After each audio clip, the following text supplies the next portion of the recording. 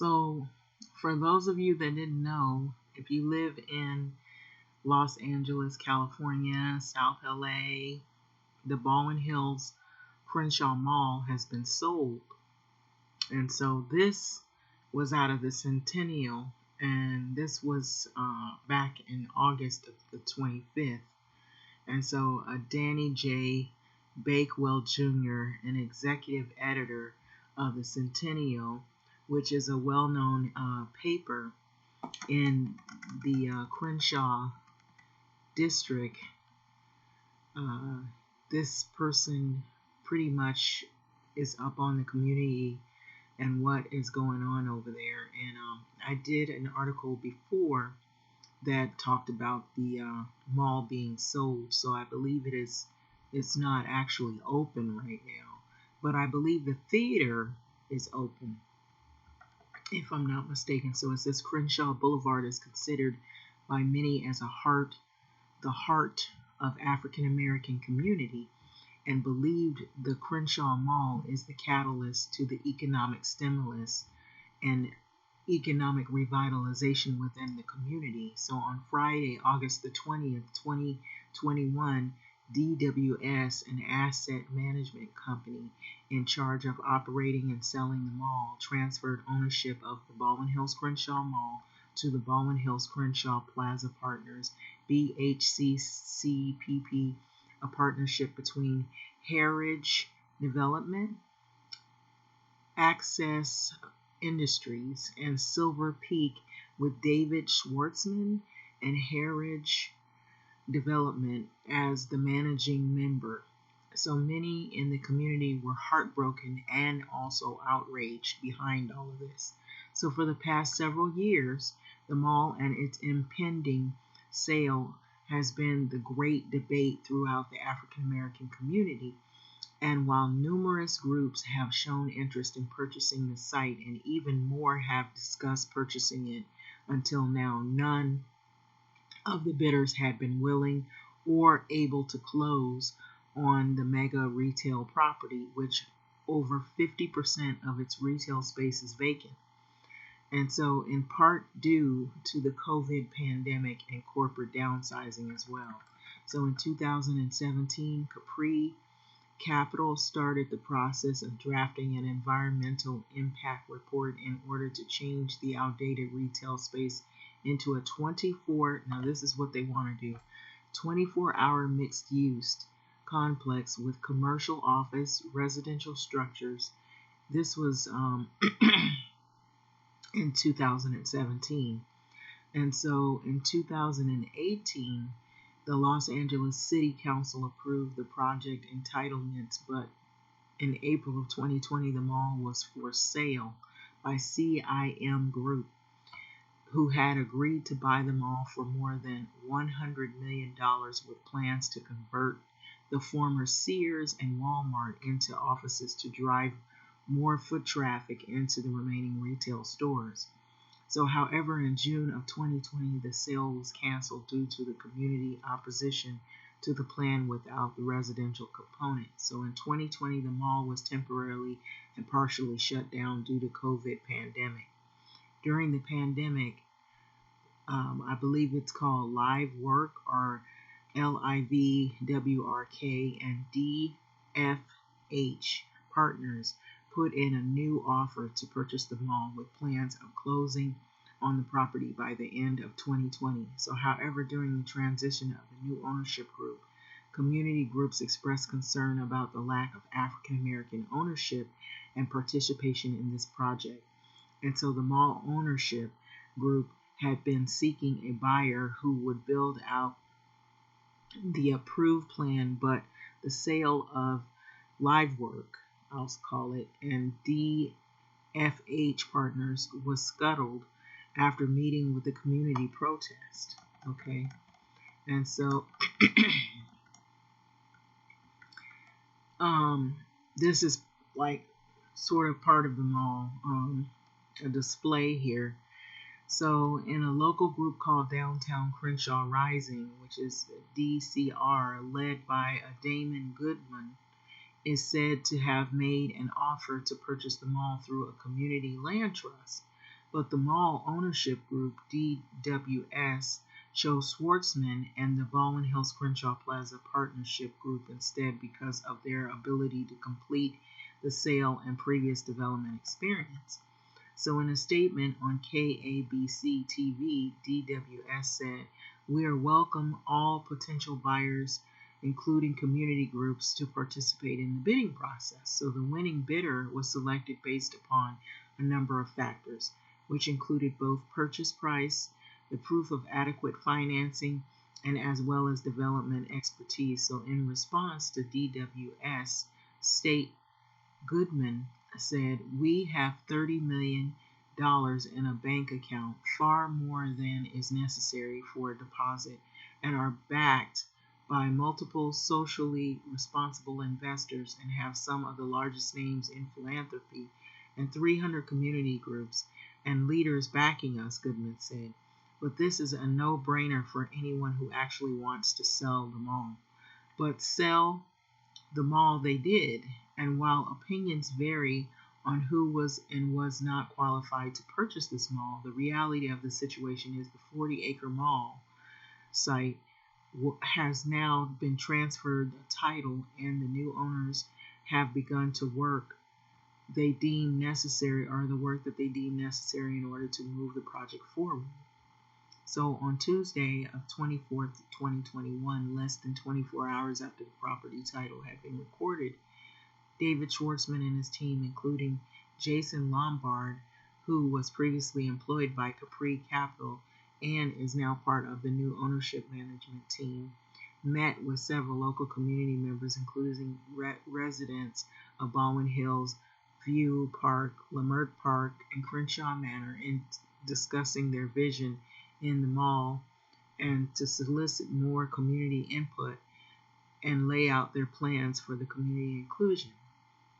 After meeting one of the HOA members who was in attendance of the meeting, "I'm sorry to see that Downtown Crenshaw Rising DCR was not able to purchase the mall, but I hope that they take all of the money that they have collected so far and invest in another piece of property along Crenshaw. There is a lot of work and a lot of opportunity along Crenshaw," which that is true. And so this is another showing of the mall. So David Schwartzman, BHCPP's managing partnership or partners, also carved time out to discuss the vision for the property of the Centennial in hopes of getting with the Centennial paper of getting and including his experience in turning around underperforming assets like the mall, and how he plans to earn the community's trust and respect by bringing forth quality first-class development that everyone will feel good about. So right out of the gate, Schwartzman pointed out Jason Lombard has been retained by his group after formerly working with Capri Capital, and Capri Capital was the managing partner of the mall on behalf of the equity partners, which are LA, CERA, and UC Board of Regents, Texas Teachers, and NYCERS,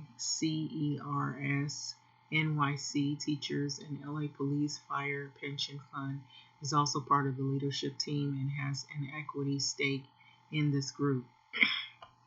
So Schwartzman says that his group is also working on putting together a program to allow other local businesses and opportunities to be part of their group, but says the plan is still being worked on and we intend to roll it out in the very near future. So Schwartzman believes that what made the group selected developer was more than just their ability to finance this project, but he said the previous ownership group was looking for a developer who could work within the constraints of the existing development agreement that was able to follow through with the existing plan of the community that had worked so hard to put in place. And Schwartzman says that they will do just that. And so the project already has entitlement in place that many in the community fought long and hard to put in um, uh, approved, okay, put in place, and we intend to follow along these lines and build a project that has already been approved, that is. So these approvals will make the project a mixed-use building, is what they want to do with the Baldwin Hills Crenshaw Mall, that will not only have shops, but it will also include 961 housing units. And so I guess the fear is that some of that won't be affordable. So let's go on and see what they plan to do. So this is another still photo of the mall. Currently, the plan calls out for 551 condominiums, okay, and 410 apartments. So that's what they want to put in place of some of that area there.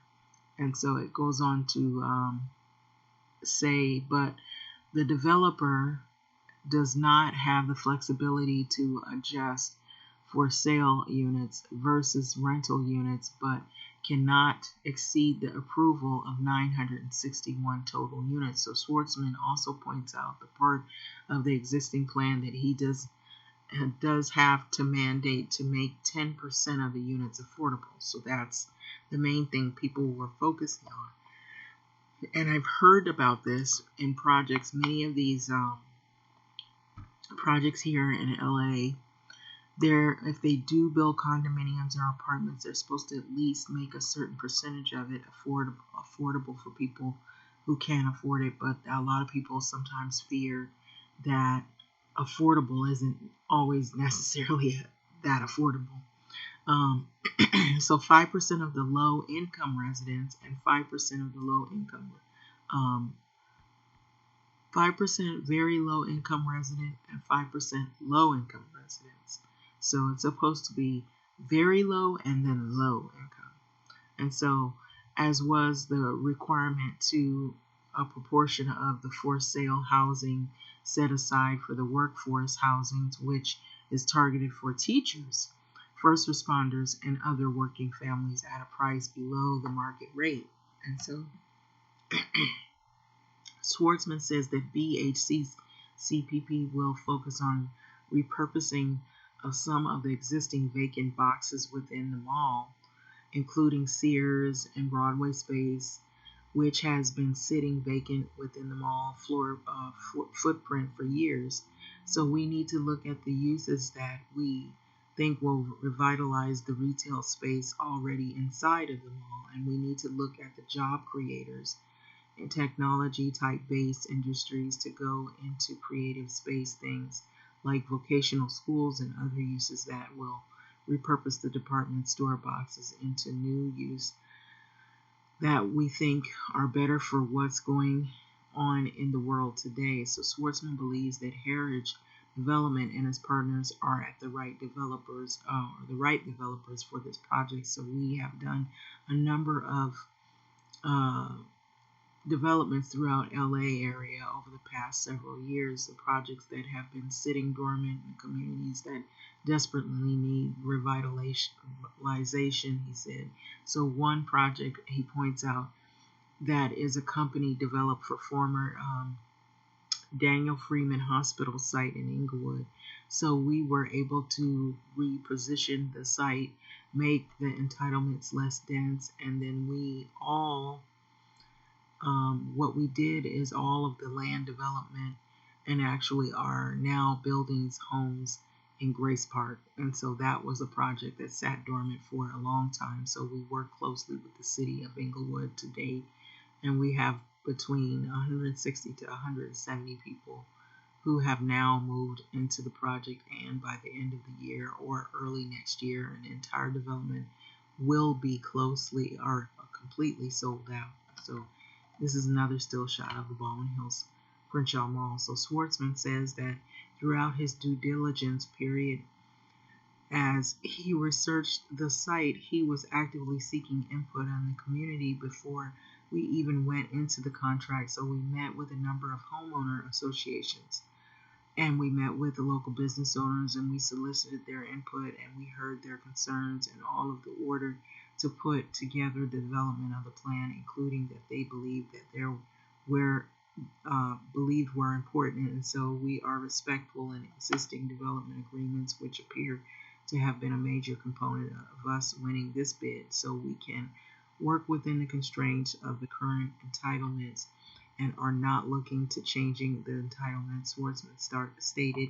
So he says that the intent is not to start over, but by working within the confines of the current development agreement, and we can deliver a project much sooner than we had intended, fully honor the development agreement as is currently laid out. So BH, a Baldwin Hills Crenshaw Plagic project, wants to revitalize the retail in the mall. And so he wants people to understand that the world of the retail today has changed. And that is true. What I've been hearing is that malls might be kind of going away. And I think part of that might have something to do with the reason why people are shopping online. They can go on eBay, they can go on Amazon a lot. And so they're doing away with the malls. A lot of people order things online. They do more online shopping. And so that might be the reason why a lot of these malls you see are like virtually like empty, or they're sort of like phasing out.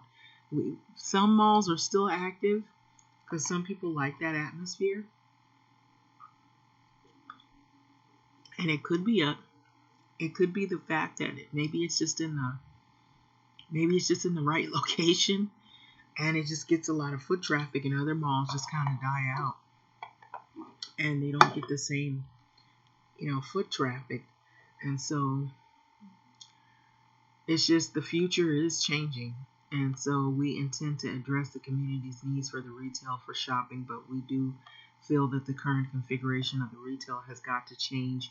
So to become more updated, we have a new feel in order to make it successful. So BHCPP also wants this venture to be a job creator as well. So they want to create jobs. So LA is famous for its entertainment and tech, and we need to make this project adaptable to that need. So we think these big boxes to become technology centers, incubators, job creators, which I know is very important to the local community.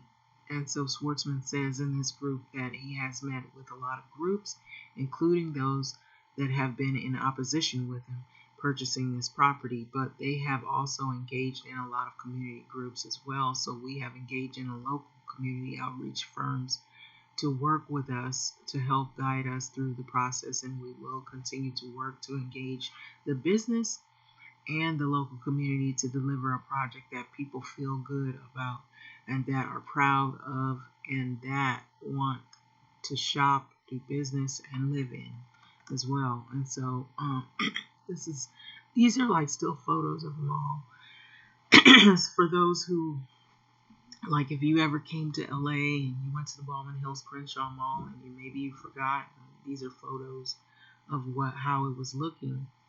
And so they're looking to revitalize it. And so we understand, it goes on to say, the significance of the mall to the community, and we want to be sensitive to their needs. So we heard the community voices, and we consider the tenants and community and partners that we hear their voices and include them in the project.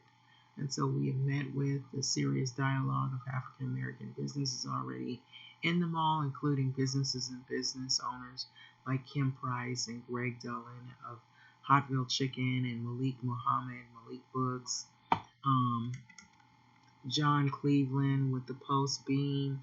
And we have met, also let them know that we want them here, and they are really the people and the business who matter, and we want to work with them and others to keep the local businesses within the mall. So while BHCPP has been out working to garner community support, there is still a large contingent of advocates who want to see more African American ownership as part of the deal as well. So Reverend William Smart president of the Southern Christian Leadership Conference in Southern California, said late last Friday that Baldwin Crenshaw Mall was quietly purchased by Beverly Hills-based developer David Schwartzman, president CEO of Headridge Development Group. The deal included no significant black ownership.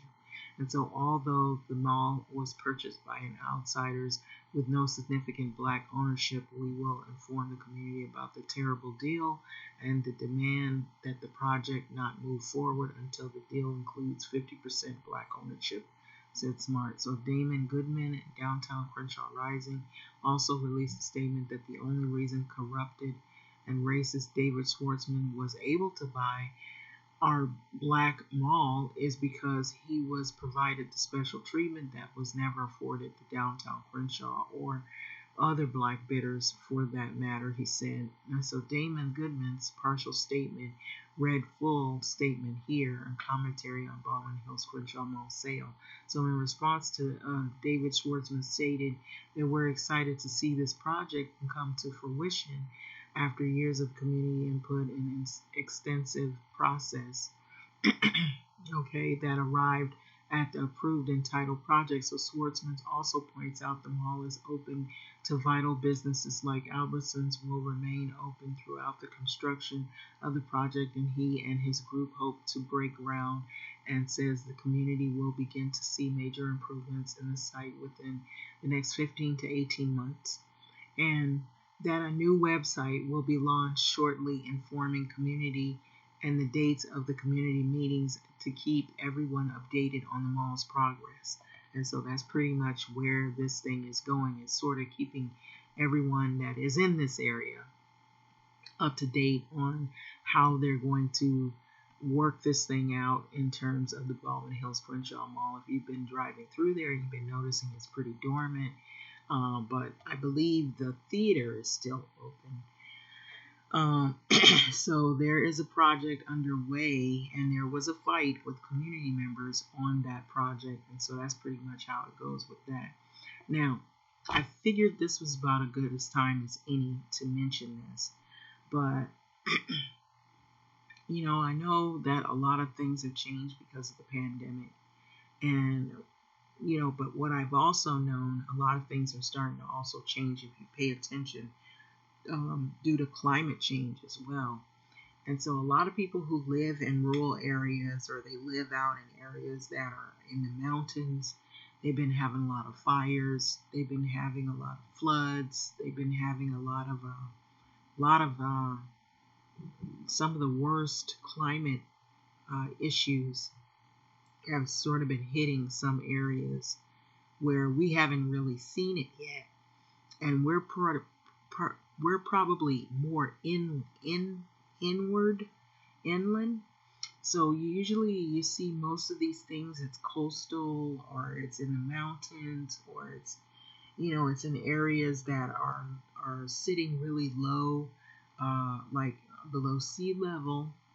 And there's been models that have already been drawn out or mapped out of what things could look like if climate change in several years, if climate change has not really happened to get any improvements. If there's no improvements, like you'll see a lot of more places that people would frequent or attractions, some landmark places that are almost darn near underwater because of where their locations are.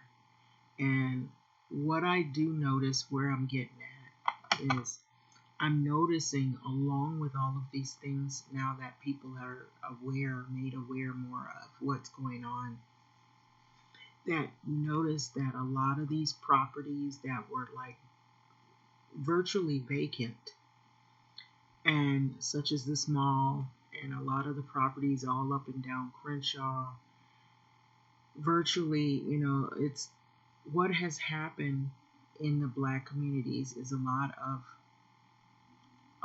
of the ownership, and like they were saying, you don't have a lot of black ownership, and if you do have it, it doesn't last for very long. And that is because the people who finance you don't see that your business is actually, lucrative. It's not marketable, or either it's not really bringing in a lot of revenue, or it's not as successful. Some businesses might be able to thrive and others don't. And then if your business is inside of a building and the building is not doing very well on the outside, where there are other businesses that are not really doing very well, then it almost puts more than likely your business in danger if you're renting out a space. And so it's just like this mall here. And so when you have these huge projects, who comes along and buys it? The people who have the money. And more than likely, it tends to be white people who end up having the means to buy these properties. And I'm noticing that's happening a lot more now. And what I'm also noticing is that businesses they weren't even looking at, or they weren't even focused on, they were more focused on outside, or living somewhere else, or living in the mountains, or living somewhere farther away from black folks, away from Hispanic folks. Now you have this group of people that are just buying property left and right. And where do they buy it? In the very neighborhoods that they didn't want to live in, or they didn't want to invest any money in. But all of a sudden there's this feverish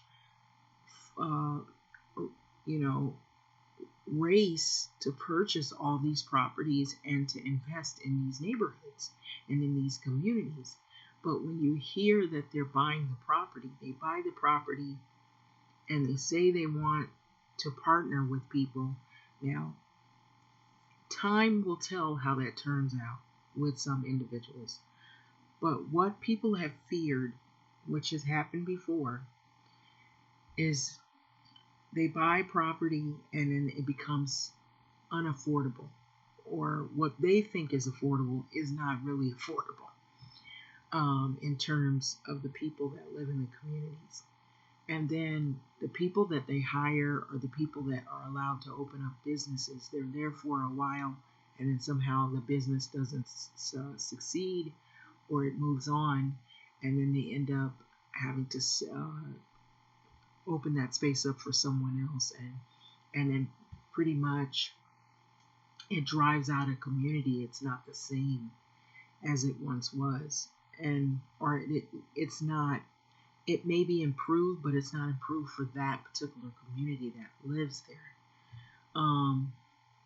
It may be improved for certain things or to someone else's eyes, but in the lens of people who have been there, it's either unaffordable, or it's unattainable, or it's something that doesn't show that you're really welcomed in that environment, and then it ends up making you feel like you're the outsider, even though you've always been there. And so I noticed that now that this climate change thing is happening and all these issues have come up about, I feel, now this is a hunch, that a lot of the people who are living further away are starting to move closer in, and they're starting to plant their feet inland. And some of that could possibly be because of the climate change issues. Now, if you really pay attention and look at what's going on, and you really notice that there are a lot of things happening, fires, you got all this stuff going on, and you notice that now there are parks that were infested with rats, places that had homeless people lined all out and outside. You notice now they've made a law to pretty much put those people in shelters and hotels and clean up those areas, because now they're changing the areas, because people who were once living further out are now wanting to move back inland.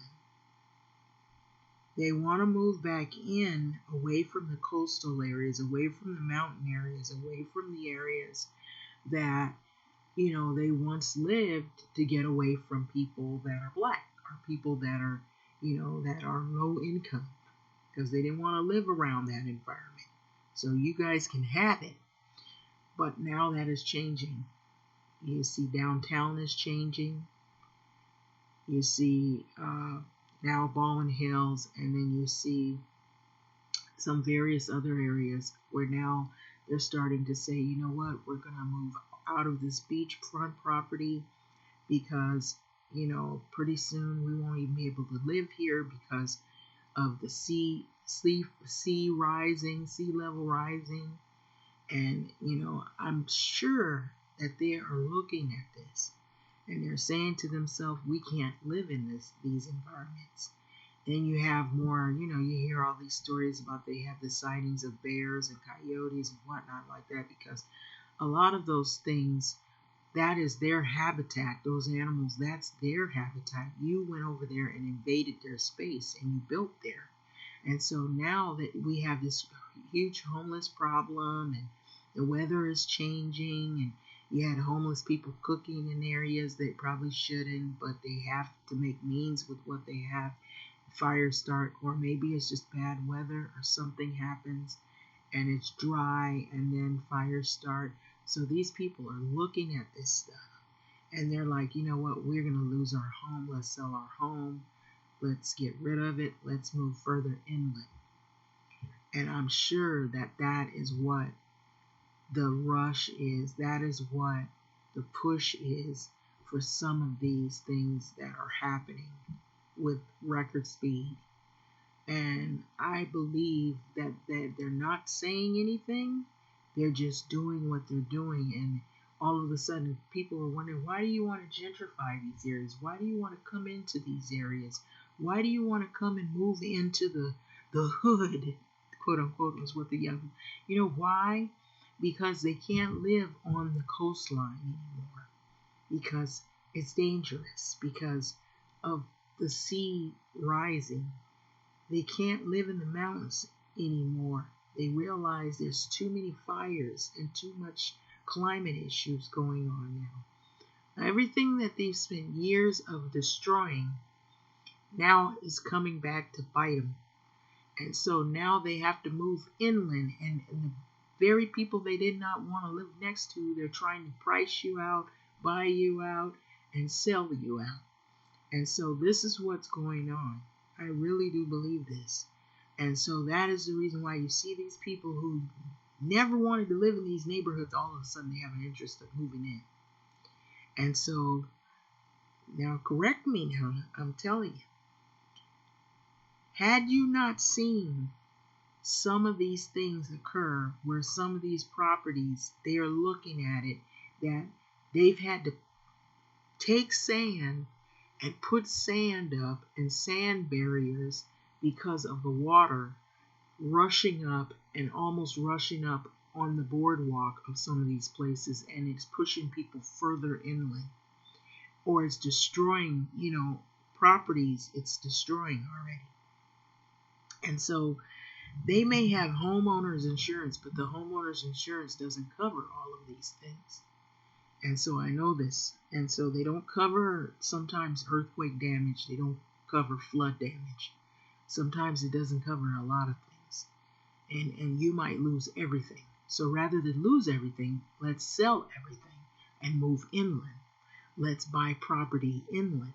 Let's start making our money inland. Let's do our business further in, away from the coastline, away from the mountains, away from these areas that are more vulnerable to these climate effects. And so that is what is going on. And pretty soon you're going to see people that might not even want to even live in houses because of the fact of how expensive it is to keep up the maintenance on having to keep your house up because of the climate changes. And so you're going to see people wanting to sell their house because they don't want to have to, because when you buy a house, it's not just buying it and now it's yours. You got to pay the taxes on it. You got to deal with all of the market increases, because if you live next to the Staples Center, then your taxes are going to be high. If you live next to a football stadium that's being built over there, your taxes are going to get high. And if you live in certain states, your taxes might be high. And then if you also have to, do the maintenance on your house, If something breaks down, appliances break down, you have to replace them or get them fixed. And you have to do the lawn care. That's going to be a cost every month. And then if you've got climate issues where it's really hot and the paint is peeling and it didn't last 3 years, now you got to have the house repainted. And then if you have flooding issues, hopefully you don't have a hole in your roof because you got to fix that. And so there's all kinds of stuff. So people are going to start looking at that stuff. And they're going to start saying, wait a minute, we've lived in our house, our kids have grown up. You usually have a house when you want to have your family and your kids and stuff, this American nuclear dream. But now people are rethinking things because the world is changing so fast and rapidly. And so pretty soon, you're going to have people that are going to prefer condominiums because you can pay into a homeowners association fee. And you still might have to keep the maintenance up on the inside of the house, but the outside of the house is a different story because that monthly due is what pays for that. That's if you can afford it. But people might opt to do that instead. Or they might buy a townhome. So, maybe there's something a little bit more convenient with that. Maybe it's smaller.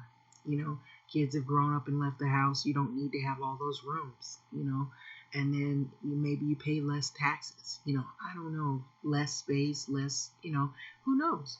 Because people, are, I don't know if it's based on the square footage or whatnot of your house.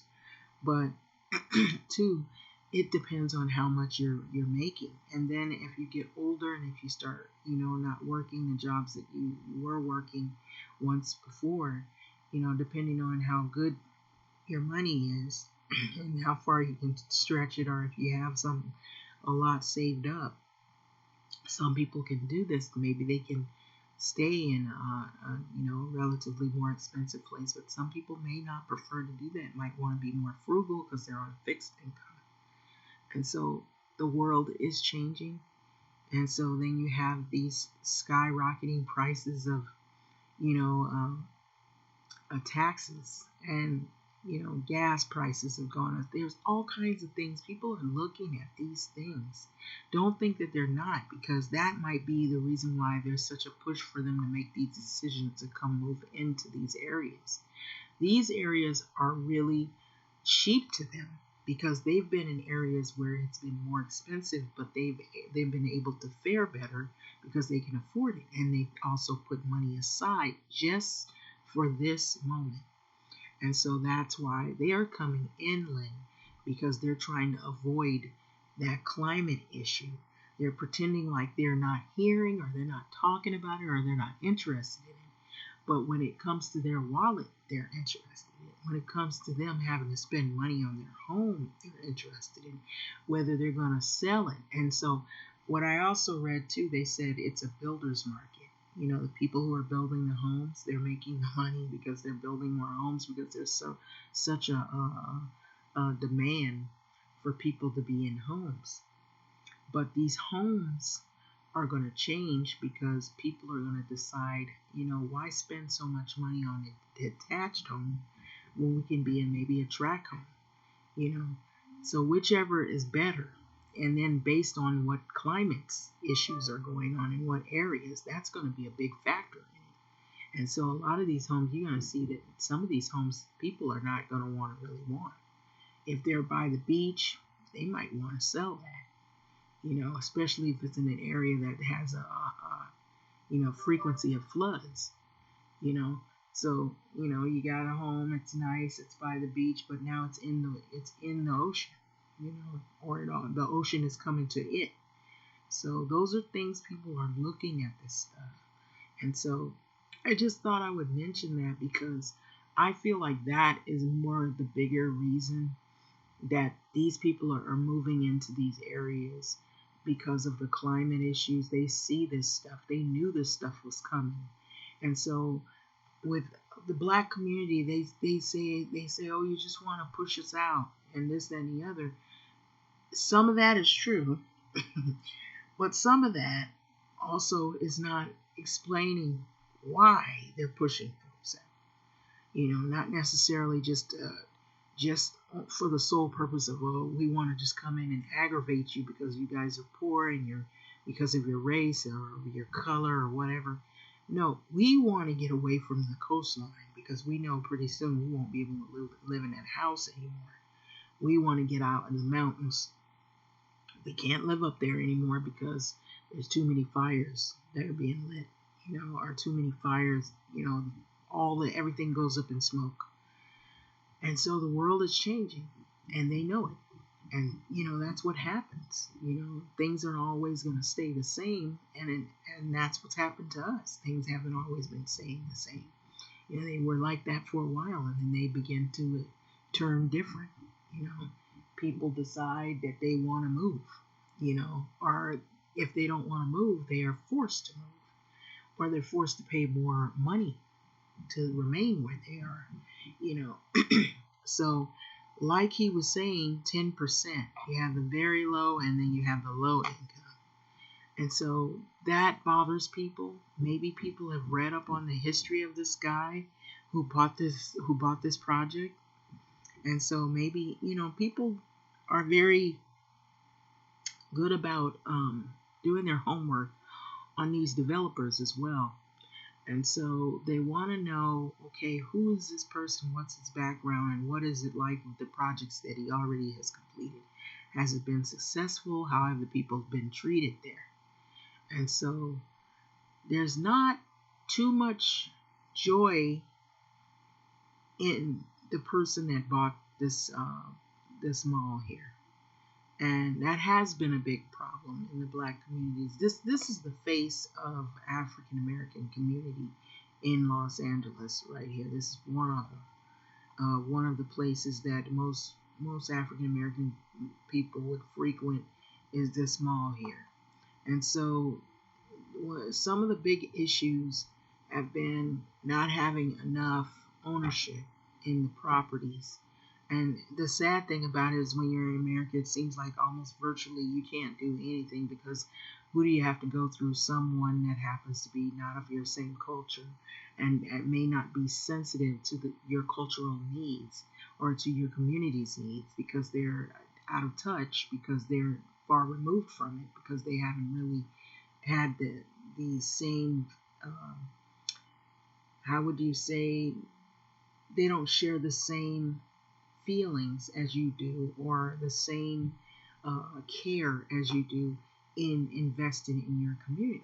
And so that's the fear that these people have had, most people have had for many years. And we see businesses that you want them to succeed, but people, they either don't have the means or they're policed. There were a lot of childcare businesses that were open along Crenshaw. A lot of those were closed down. Because maybe the person didn't have the money to keep the building up, or they didn't have the money to take care of the maintenance, the piping, or maybe there was mold. A lot of things sometimes you wouldn't believe can be extremely expensive to try to correct, and it could be something that was maybe already happening before you had started renting the space in your area. And so that's what ends up happening. People are not aware there might be a mold problem. There could be an infestation of maybe bugs, or maybe something that's out of their control that maybe they were unaware of. Maybe when they bought the area, it was pretty cheap, and that might be why, because they didn't tell them that it already had problems. And so they were stuck with the problems and they had to keep paying. And what I do know is that when licensing comes out to these small little schools, they close them down if they don't correct the problems in a timely manner. And then a lot of times they'll give them a fine, and those fines can add up and they can make you go bankrupt. You can end up broke. And then you end up having to close your business down. And so a lot of people were policed. What I do know, they couldn't keep their businesses open. And then some people just didn't have the money to start up money to get the business off the ground. And so when people are not invested in the community, they go out and they put their money and spend it around people that they are invested in. And but now all of a sudden these properties have been empty for years, and here they come rushing with record speed to buy all these properties up out of nowhere. And they come to an unlikely neighborhoods that you would think they wouldn't even have an interest in even touching. But why? Why is the question. It's a good question. My conclusion to it, or my answer to those questions, is because of climate change, and because of the fact that it is so cheap, and opportunity, because the world is changing, because they see it as opportunity zones. And it was what Nipsey was investing his he had invested his time and money in before they've been policing that area.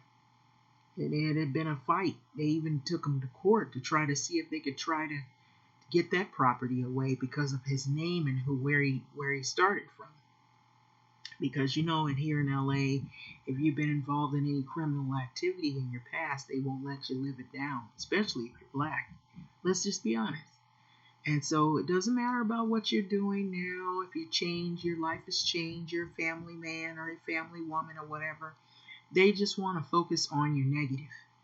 And so that's how it is. And so, a lot of the businesses, they've been attacked. There's been attacks on the black community in terms of economics.